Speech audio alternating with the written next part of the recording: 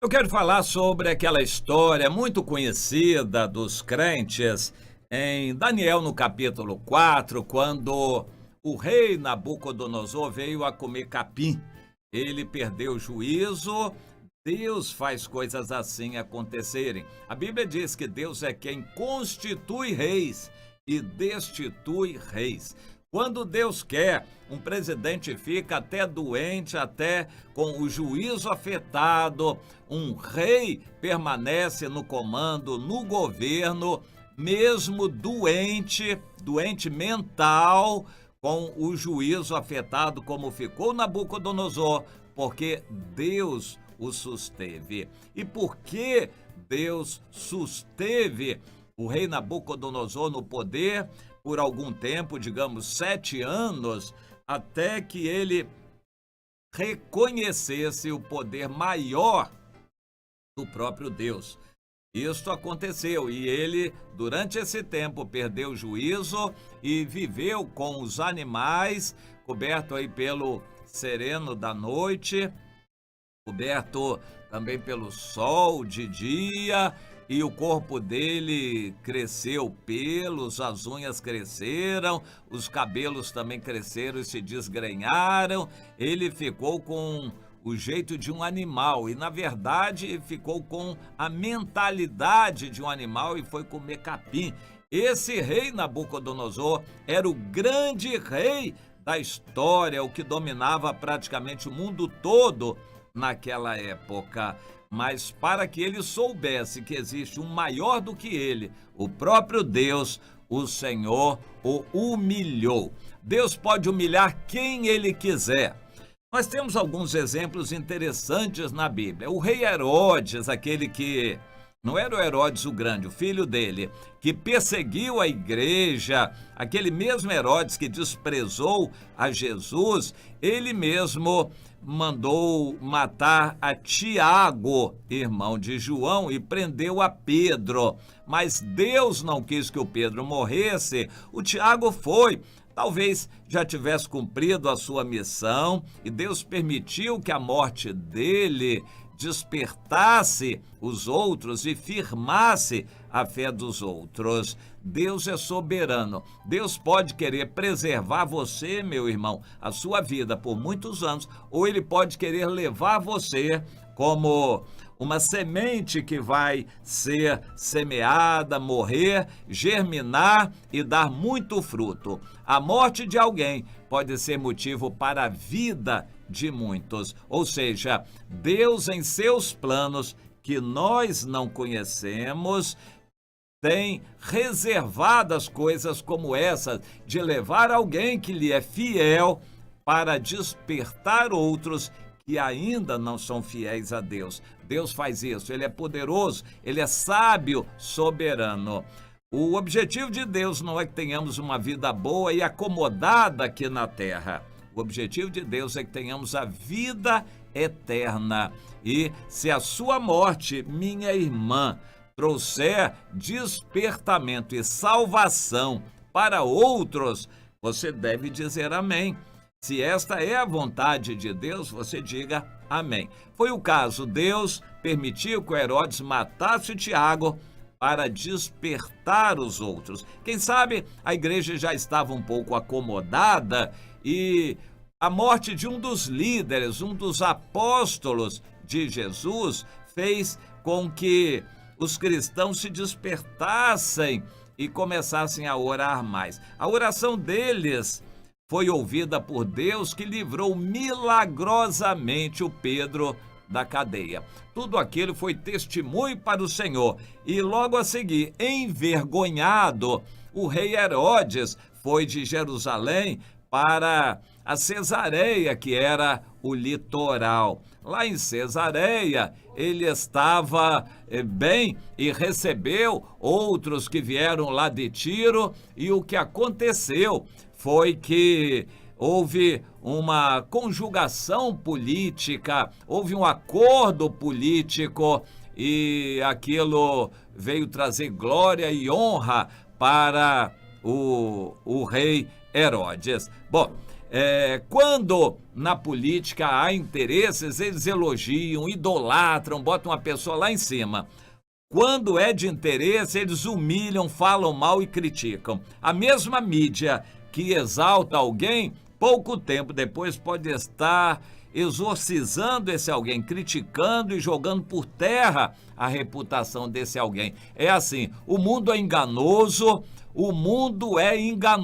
não confie nos elogios do mundo. Se o mundo estiver elogiando você, meu irmão, minha irmã, com toda certeza deve ser por interesse que o mundo estará elogiando, mas não acredite nisto, não confie nisto. E eles endeusaram o Herodes e Deus teve que agir. Naquela mesma hora, matou ali um raio, uma manifestação sobrenatural de Deus, matou o Herodes, comido de bichos, ele expirou, foi algo assim fantástico, tremendo a morte dele, mas infelizmente não despertou os que eram de fora, pelo menos ao que nós saibamos na descrição bíblica. Mas os cristãos foram fortalecidos na fé e o nome do Senhor foi exaltado.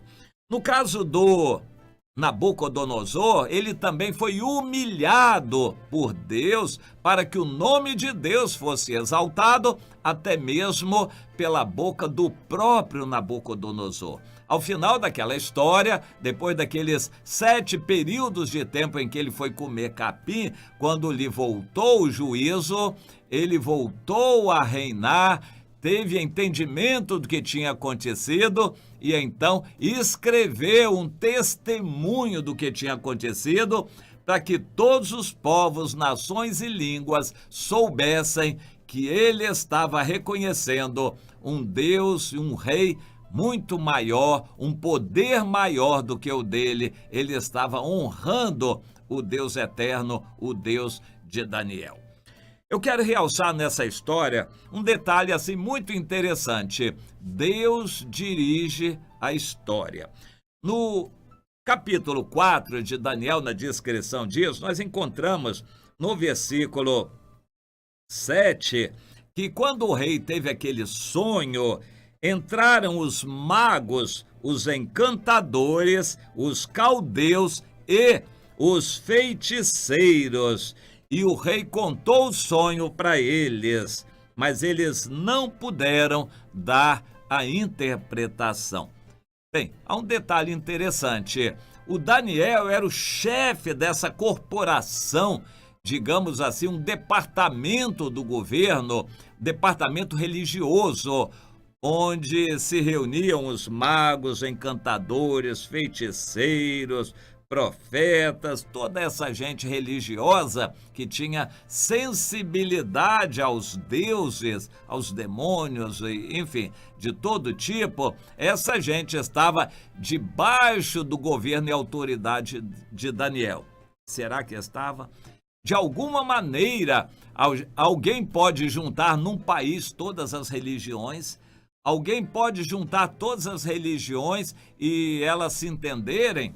O cristianismo, junto com a Umbanda, com o islamismo, com o catolicismo, você acha que isso é possível? Alguém vai ser o chefe do departamento religioso do governo que vai congregar todas essas religiões? Isso vai dar certo? Bom, é claro que não, mas no mundo em algum momento vai dar, porque Satanás quer que dê certo. Satanás vai unir todas as religiões e o Papa atual, Papa Francisco, está se empenhando em fazer isto acontecer, um entendimento entre as religiões. E está conseguindo. Por exemplo, a Igreja Luterana dos Estados Unidos já decidiu retornar à Igreja Católica, à unidade com a Igreja Católica. O mesmo está sendo decidido em muitos outros países do mundo. Na Igreja Episcopal Anglicana também. Há outros ramos do cristianismo, ramos orientais, que também estão em diálogo constante com o Papa Francisco para unir as religiões. E o Papa Francisco também está acenando a alguns evangélicos, além de ecumenistas, alguns neopentecostais também que estão se simpatizando com o Papa. Preste atenção, neopentecostais. Mas ele está acenando também ao espiritismo, aos adoradores de ETs, e o Papa está também tentando um diálogo com os muçulmanos. Ele está se candidatando a ser o elemento aglutinador das religiões. Bom, isso não é novo. Naquela época, o Nabucodonosor, que era o rei do mundo todo naquela época, criou um departamento religioso, juntou todos ali, arranjou um chefe que seria o Daniel, para ele, o rei, poder ter as bênçãos de todos os deuses, de todas as religiões. No nosso entendimento que acontece hoje, o movimento ecumênico vai realmente ter sucesso na grande tribulação, quando o Espírito Santo já tiver sido retirado da terra no arrebatamento. Você entende isso? No arrebatamento, Deus vai levar a igreja, são todos os que são dele, e o que vai ficar vai ser palha. A palha do cristianismo vai se juntar com o restante das religiões para formar uma grande religião debaixo do poder de Satanás, a grande besta, o anticristo, que vai ter um falso profeta, que vai ser o líder dessa religião, que aparentemente vai dar certo, porque todos estarão unidos num mesmo denominador. Mas acontece que o cristianismo não pode ter parte nisso, e os cristãos verdadeiros já terão sido arrebatados. Naquela época, o Daniel não conseguiu aglutinar aquela gente. E o que o texto nos mostra é que eles estavam, cada um, fazendo a religiosidade que bem entendia. E o Daniel não conseguia aglutinar aquela gente e nem tinha vontade de ser chefe e mandar naqueles outros religiosos. Imagine, um cristão vai ser chefe de segmentos da religião espírita, religião católica, religião muçulmana, testemunho de Jeová, um evangélico vai ser chefe disso. Não dá.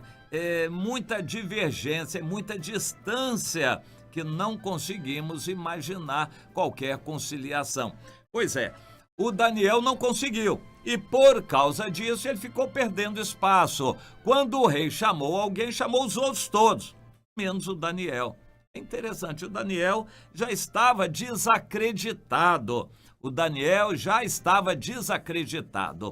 O rei só mandou chamar o Daniel, mesmo reconhecendo, isso está no versículo 18, mesmo reconhecendo que o Daniel tinha sido designado por ele mesmo, o rei Nabucodonosor, como chefe daquela turma toda de religiosos. Apesar disso, ele recorreu a todas as outras religiões e a todos os outros religiosos antes de, desesperado, ir buscar o Daniel.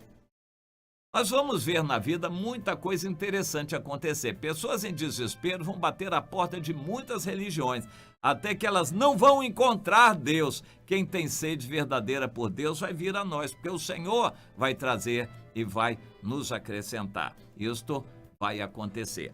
Bom, e quando Daniel foi chamado, o rei contou o sonho e ele deu a interpretação, que foi muito dura, mas ele deu a interpretação daquele sonho ao rei.